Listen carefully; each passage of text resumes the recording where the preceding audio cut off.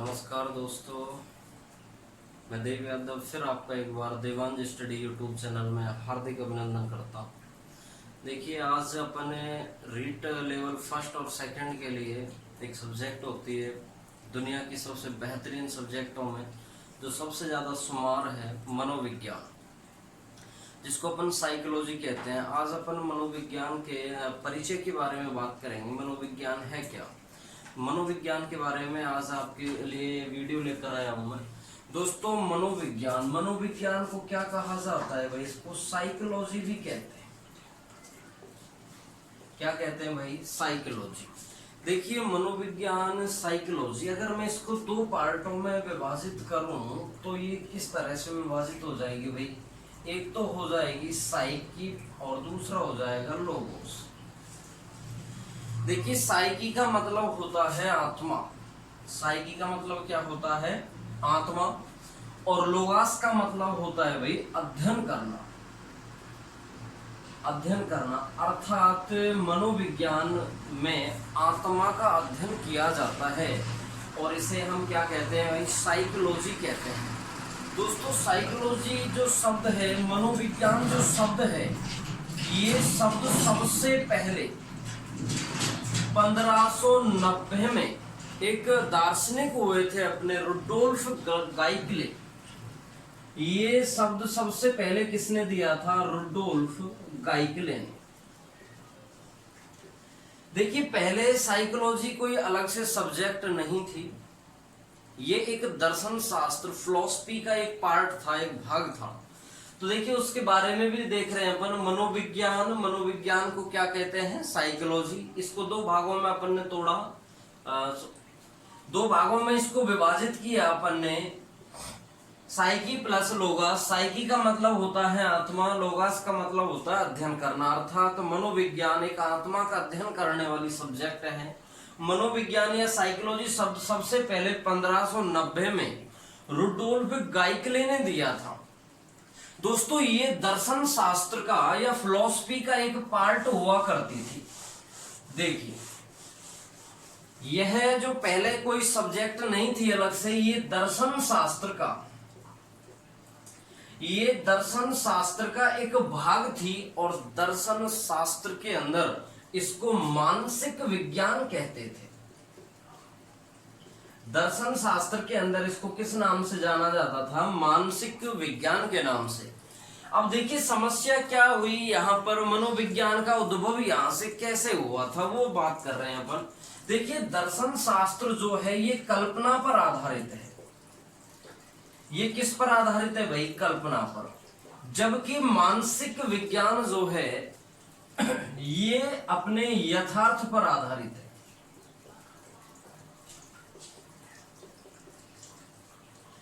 दर्शन शास्त्र कल्पना पर आधारित है, जबकि मानसिक विज्ञान यथार्थ पर आधारित है। अब देखिए, ये उस समय इसी का भाग थी दर्शन शास्त्र का, लेकिन ये कल्पना पर है, ये यथार्थ पर है। तो इन दोनों के मत या इन दोनों के विचार आपस में नहीं मिलते थे। कई जगह इनमें मतभेद हो गया। तो मतभेद होने के दौरान यहां से ये मानसिक विज्ञान मनोविज्ञान के रूप में यहां से क्या हो जाती है? अलग हो जाती है। इन दोनों में मतभेद हो गया और मतभेद होने के बाद यहां से ये मानसिक विज्ञान एक जो बिंदु था दर्शन शास्त्र का, ये एक विषय के रूप में, एक सब्जेक्ट के रूप में यहां से निकलता है। मतभेद होने के बाद 1870 में यह मानसिक विज्ञान मनोविज्ञान के रूप में यहां से पृथक हो जाती है। 1870 में मनोविज्ञान के रूप में ये यहां से क्या हो जाती है? पृथक हो जाती है। और इसमें महत्वपूर्ण भूमिका किसने निभाई थी? William James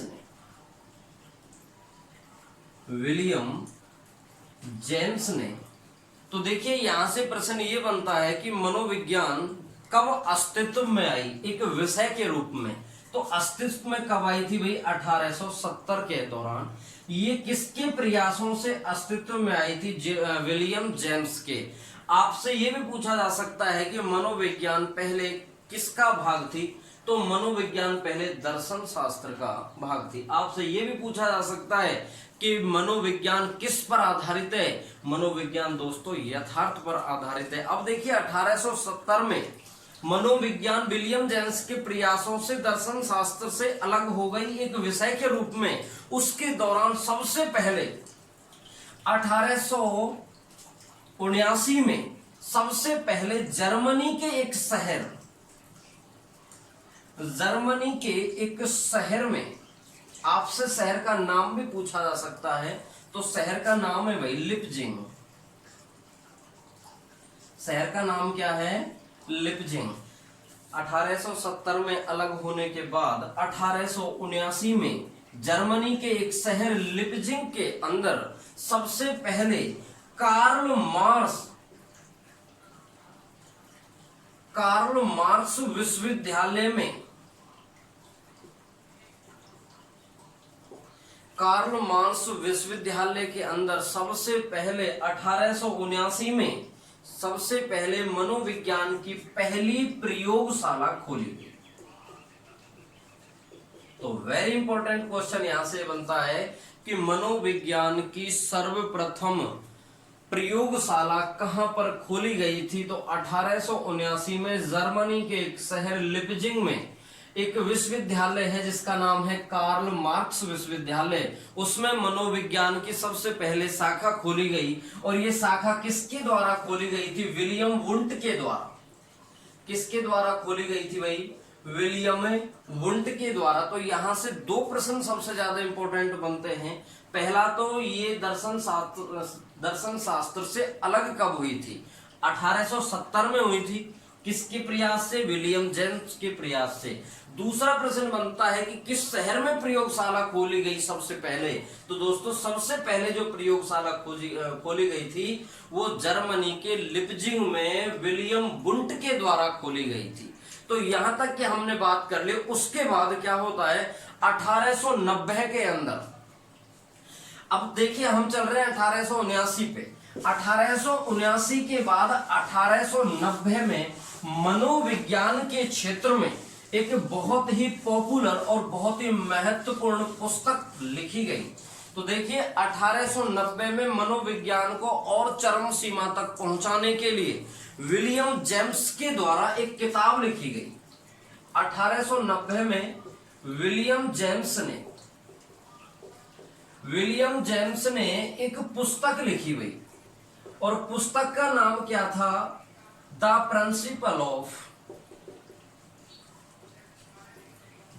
principle of psychology.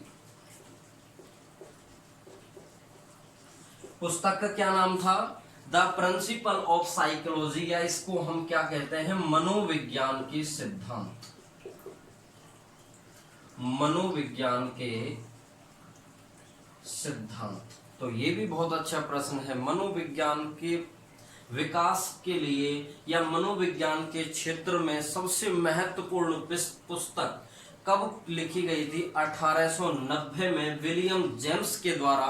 किताब का नाम क्या था? द प्रिंसिपल ऑफ साइकोलॉजी, अर्थात मनोविज्ञान के सिद्धांत।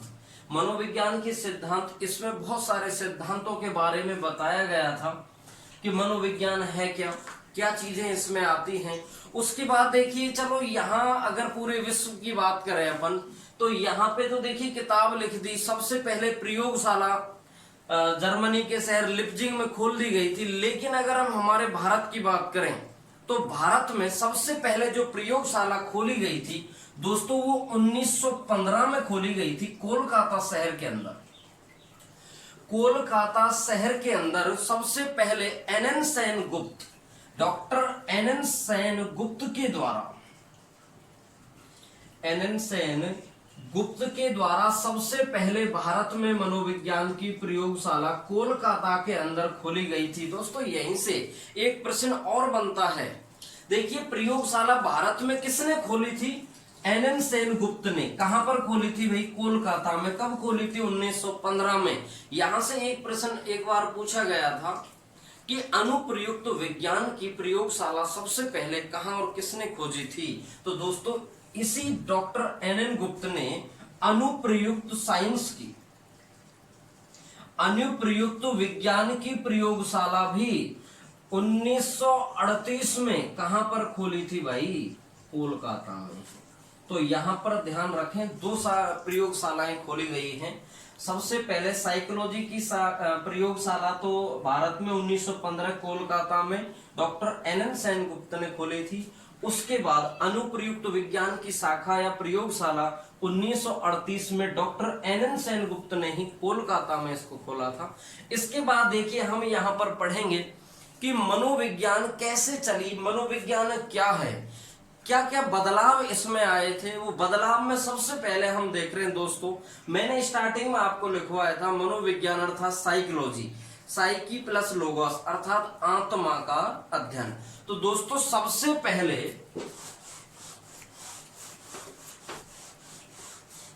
पहले इसको आत्मा का विज्ञान कहा गया था। तो मैं यहां देख रहा हूं, देखिए नंबर 1 आत्मा का विज्ञान।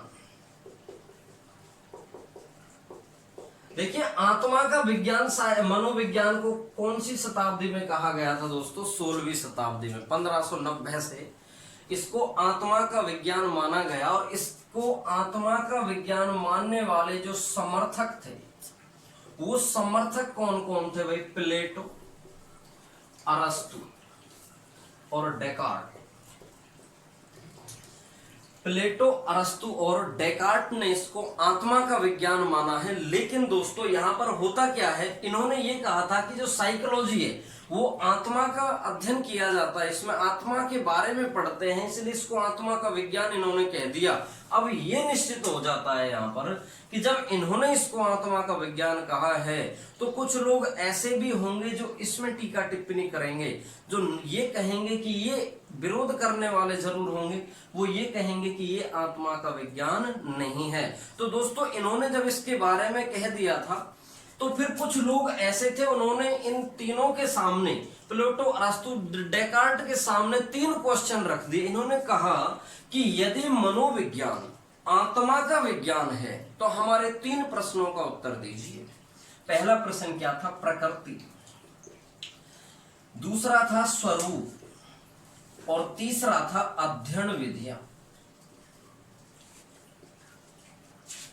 3 प्रश्न इनके सामने आए।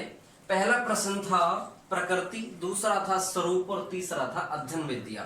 इन्होंने कहा कि यदि मनोविज्ञान को आत्मा का विज्ञान कहते हैं, यदि इसमें आत्मा का अध्ययन किया जाता है तो बताइए इसकी आत्मा की प्रकृति कैसी होती है, तो बताइए आत्मा का स्वरूप कैसा होता है।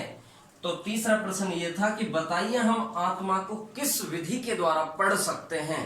दोस्तों इन 3 प्रश्नों के उत्तर प्लेटो, अरस्तु, डेकार्ट जैसे दार्शनिक जो थे वो नहीं दे पाए थे, इसलिए इस आत्मा के विज्ञान को अमान्य घोषित कर दिया। अब यहां पर बात यह आती है कि ये 3 प्रश्न किसने पूछे थे? इन 3 प्रश्नों को पूछने वाले कौन थे, अर्थात इसके आलोचक कौन थे? आत्मा का विज्ञान, मनोविज्ञान को न मानने वाले लोगों को आलोचक कहा जाता है। आलोचना इन्होंने की थी। आलोचकों में सबसे मोस्ट इंपोर्टेंट नाम आता है पोम्पोनोजी, पोम्पोनोजी और जेस रॉस। ये 2 नाम आप विशेष रूप से याद रखेंगे कि आत्मा का विज्ञान, मनोविज्ञान को किसने नहीं माना था। तो दोस्तों पोम्पोनोजी और जेस रॉस ने मनोविज्ञान को आत्मा का विज्ञान नहीं माना था। इन्होंने क्या कहा था फिर? इन्होंने कहा था कि मनोविज्ञान आत्मा का विज्ञान नहीं है। जब इन्होंने आत्मा के विज्ञान को नहीं माना तो निश्चित रूप से इनके अंदर कुछ विचार होंगे। इन्होंने विचार ये रखे कि ये आत्मा का विज्ञान नहीं है, ये तो मन और मस्तिष्क का विज्ञान है, मन और मस्तिष्क का विज्ञान है। तो देखिए 17वीं शताब्दी में इन्होंने क्या नाम दे दिया इस मनोविज्ञान को? मन या मस्तिष्क का विज्ञान। दोस्तों इसके समर्थक कौन थे? अब ये दिया किसने है? पोम्पोनोजी और जेएस रॉस ने। पोम्पोनोजी और जेएस रॉस ने इसको क्या माना है भाई?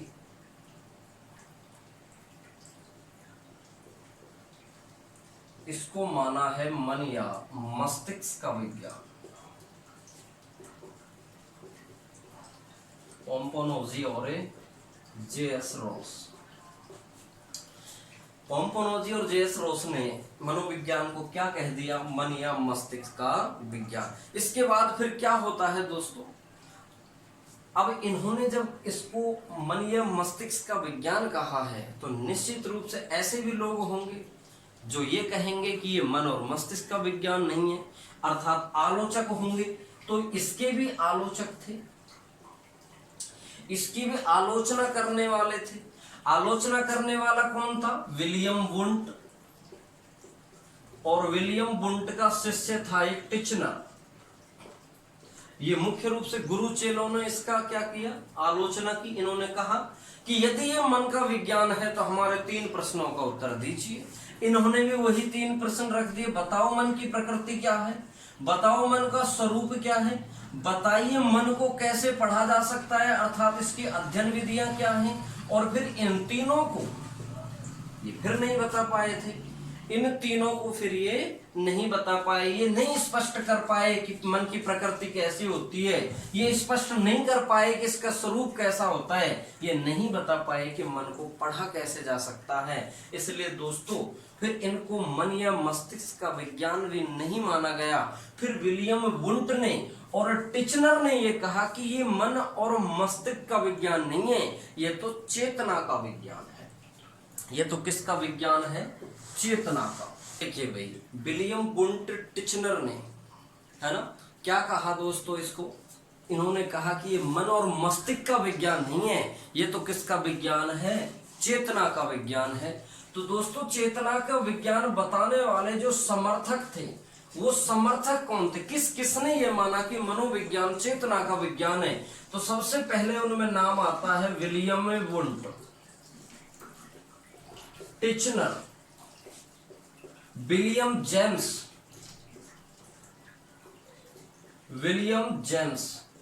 वाइव्स, जेम्स सल्ली।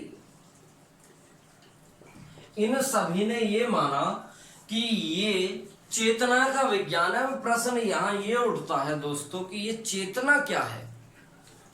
चेतना है क्या? तो दोस्तों चेतना का मतलब होता है जो मन की जागृत अवस्था होती है वो कहलाती है चेतना। तो चेतना का मतलब हो गया मन की जागृत अवस्था। मन की जो जागृत अवस्था है वो चेतना कहलाती है। चेतना का विज्ञान मनोविज्ञान है, ऐसा मानने वाले कौन कौन थे? William Wundt, Titchener, William James वाइव्स, जेम्स सल्ली। इन लोगों ने इसको क्या माना था भाई? चेतना का विज्ञान। लेकिन एक ऐसा व्यक्ति भी था जिसने ये कहा कि ये चेतना का विज्ञान नहीं है, अर्थात इसका आलोचक कौन था? इसकी आलोचना करने वाला था भाई साहब, कौन था? देखिए सिगमंड फ्राइड। सिगमंड फ्राइड ने इसकी आलोचना की और सिगमंड फ्राइड ने मन को 3 भागों में डिवाइड कर दिया था। मन की अवस्थाएं इसने बताई थी सिगमंड फ्राइड ने। वेरी इंपॉर्टेंट क्वेश्चन है कि मन की अवस्थाओं के बारे में किसने बताया था? मन की अवस्थाओं के बारे में सिगमंड फ्राइड ने बताया था। सिगमंड फ्राइड ने मन की 3 अवस्थाएं बताई थी। इन्होंने कहा कि मन की 3 अवस्थाएं होती हैं। एक होता है चेतन मन, दूसरा होता है अचेतन मन, और तीसरा होता है अर्धचेतन मन। पहला होता है चेतन मन, दूसरा होता है अचेतन मन, और तीसरा होता है अर्धचेतन मन। दोस्तों इस अवस्थाओं को बताने के लिए इसने एक प्रयोग का सहारा लिया था। आपने साइंस में पढ़ा होगा, नहीं तो अपनी नेक्स्ट वीडियो जो आएगी उसमें आपको विस्तार से बताऊंगा उस प्रयोग के बारे में। इन्होंने यहाँ पर एक प्रयोग काम में लिया था। इन्होंने कहा कि जैसे गिलास होता है, गिलास के अंदर हमने क्या भरा हुआ है? पानी। गिलास के अंदर क्या भर रखा है भाई? पानी। और पानी के अंदर यदि मैं बर्फ का टुकड़ा डाल दूं तो दोस्तों बर्फ का जो टुकड़ा है उसका कुछ हिस्सा तो जल में डूबा हुआ रहता है। ये गिलास है, इसमें मैंने पानी भर दिया, यहां पर मैंने बर्फ का टुकड़ा डाल दिया, ये बर्फ का टुकड़ा है, ये इसमें जल भरा हुआ है। दोस्तों इन्होंने कहा कि ये जो बर्फ का टुकड़ा है ये क्या है, मन है। ये क्या है, मन।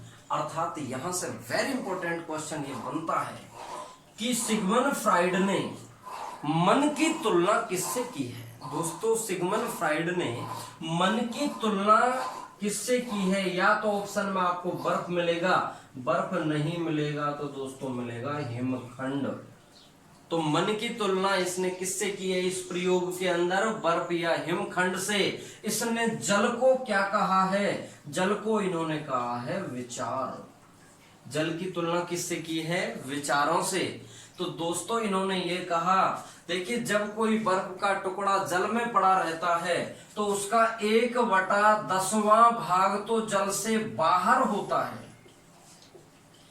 1/10वां भाग तो कहां होता है, जल से बाहर। इन्होंने कहा कि जो हिमखंड का हिस्सा जल से बाहर है दोस्तों वो कहलाता है चेतन मन। वो क्या कहलाता है, चेतन मन। और देखिए 9/10वां भाग कहां पे होता है, जल के अंदर। और जो जल के अंदर भाग है उसको इसने क्या कहा, अचेतन मन। लेकिन इस बर्फ के टुकड़े में एक हिस्सा वो भी होता है जो कभी डूबता है कभी जल से बाहर निकलता है। अर्थात कभी डूबा कभी बाहर निकला। ऐसी स्थिति पे होता है कि ना वो बाहर होता है ना वो डूबा हुआ रहता है। तो उस हिस्से को इसने क्या कहा था, अर्धचेतन मन। ना तो डूबता है और ना तैरता है, उस हिस्से को इसने क्या कहा था भाई, अर्धचेतन मन। हमारी जितनी भी इच्छाएं होती हैं, आपसे पूछा जा सकता है कि हमारी जितनी भी इच्छाएं होती है वो मन के कौन से भाग में होती हैं, तो दोस्तों वो होती हैं अचेतन मन में। किसमें होती है, अचेतन मन में। तो देखिए यहां से आपको पता चल गया कि चेतना का विज्ञान, चेतना है क्या, चेतना का मतलब होता है मन की जागृत अवस्था। चेतना का विज्ञान किसने कहा, विलियम बुंट टिचनर, विलियम जेम्स सल्ली वाइव्स ने इसको चेतना का विज्ञान कहा है। लेकिन इसकी आलोचना किसने की है, सिगमंड फ्राइड ने। सिगमंड फ्राइड ने मन के कितने भाग बता दिए दोस्तों, 3 भाग बता दिए, चेतन मन, अचेतन मन, अर्धचेतन मन।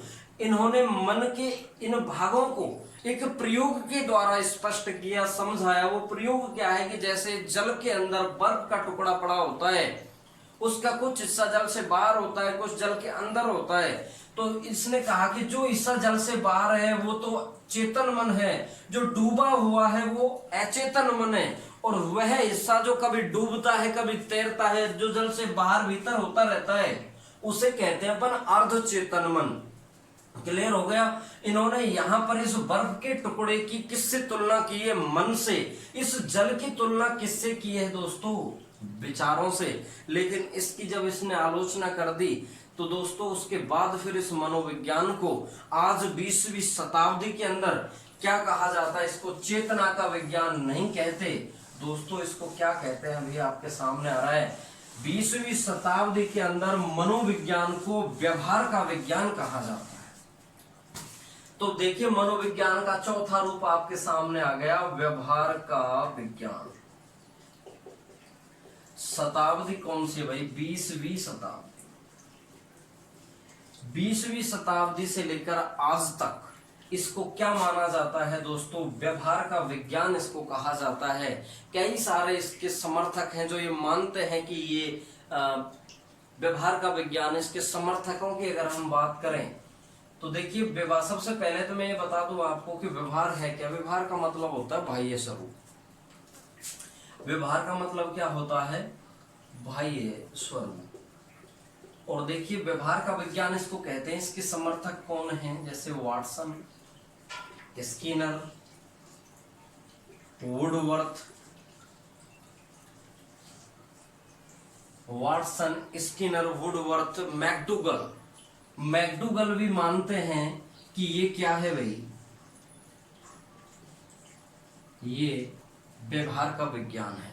तो देखिए आज अपन ने ये थोड़ी सी जानकारी पढ़ी है मनोविज्ञान के परिचय के बारे में। पहले इसको आत्मा का विज्ञान कहा गया, फिर इसको मन मस्तिष्क का विज्ञान कहा गया, उसके बाद इसको चेतना का विज्ञान कहा गया, मन के भाग बता दिए सिगमंड फ्राइड ने। उसके बाद आज इसको व्यवहार का विज्ञान कहा जाता है। व्यवहार का मतलब होता है बाह्य स्वरूप। तो 20वीं शताब्दी से लेकर आज तक वर्तमान समय में भी इसको क्या माना जाता है, व्यवहार का विज्ञान। इसको मानने वाले जैसे वाटसन है, स्किनर है, वुडवर्थ है, मैकडूगल है, ये सभी इसके समर्थक हैं। ये मानते हैं इस बात को कि मनोविज्ञान किसका विज्ञान है, व्यवहार का विज्ञान है। तो दोस्तों ये था मनोविज्ञान का परिचय। नेक्स्ट क्लास में अपन पढ़ेंगे अभिवृद्धि एवं विकास। अभिवृद्धि क्या होती है, विकास क्या होता है, इन दोनों में क्या डिफरेंस है। उसके बाद अधिगम की क्लास होगी। बदस्तूर आपको इसी तरह मनोविज्ञान की क्लास मिलती रहेंगी।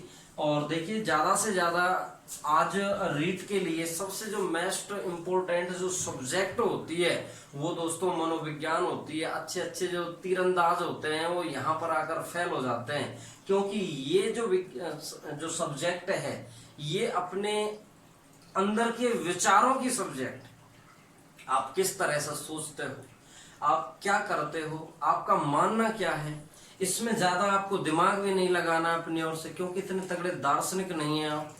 तो आप बदस्तूर पूरी वीडियो देखें, पूरी क्लास लें। और जितने भी लोग रीट की तैयारी कर रहे हैं, केवल स्पेशल फूड रीट के लिए ये क्लास है, इससे ज्यादा कुछ नहीं है।